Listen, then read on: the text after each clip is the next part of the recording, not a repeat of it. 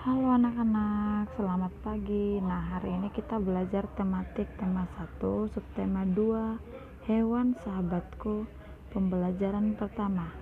Nah, kemarin kita udah mempelajari subtema 1, subtema 1 yaitu tentang tumbuhan sahabatku. Nah, untuk kali ini di subtema 2 kita akan mempelajari hewan sahabatku.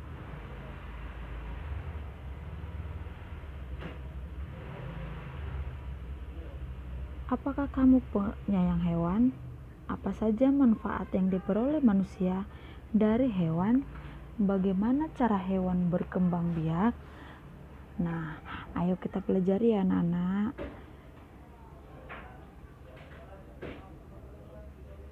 Negara-negara di Asia Tenggara memiliki banyak jenis hewan.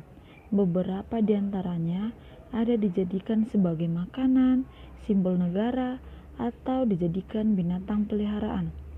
Baca teks berikut dan amatilah gambarnya. Gajah putih dianggap suci oleh beberapa negara di Asia Tenggara seperti Myanmar, Kamboja, dan Thailand.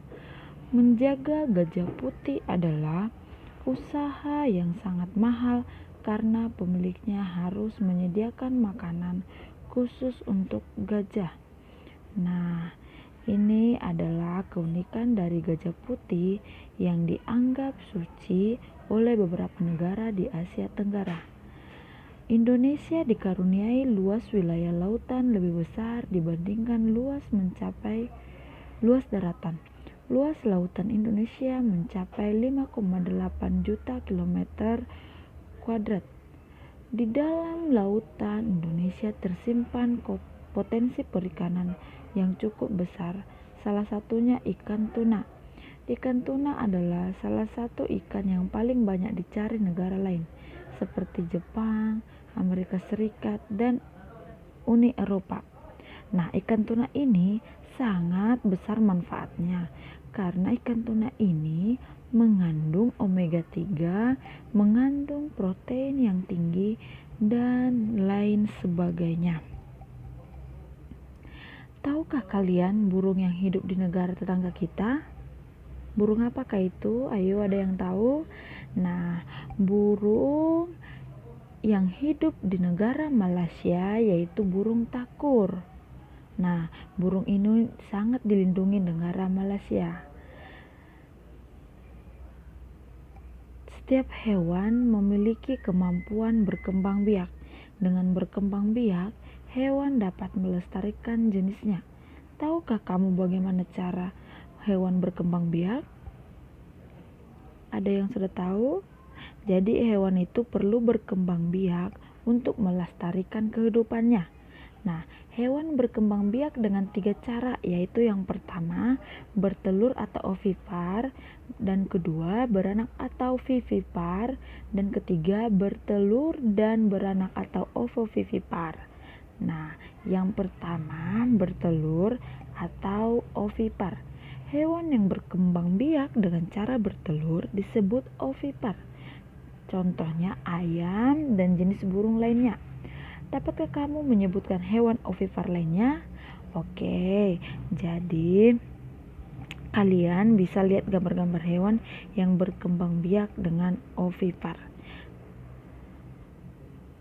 Yang kedua, beranak atau vivipar. Selain bertelur, ada juga hewan yang berkembang biak dengan cara melahirkan. Hewan yang berkembang biak dengan cara melahirkan disebut vivipar. Ya, contohnya itu sapi, kucing, dan gajah. Nah, kamu juga bisa lihat ya di gambar tersebut. Yang ketiga, bertelur dan beranak atau ovovivipar. Adakah hewan yang berkembang biak dengan cara bertelur sekaligus melahirkan? Ya, ada. Contohnya ular. Nah, beberapa jenis ular tidak selamanya melahirkan anaknya. Kadang-kadang pada saat mengeluarkan anak-anaknya, masih ada anak ular yang terbungkus cangkang telurnya. Perkembangbiakan sepertinya ini dikatakan bertelur sekaligus beranak atau ovovivipar.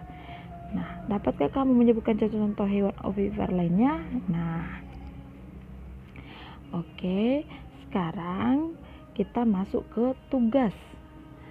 Nah, kamu kerjakan, yaitu buat di dalam diagram Venn hewan-hewan berdasarkan cara perkembangbiakannya. Misalnya beranak, bertelur, dan beranak dan bertelur. Oke, buat di dalam diagram Venn ya anak-anak.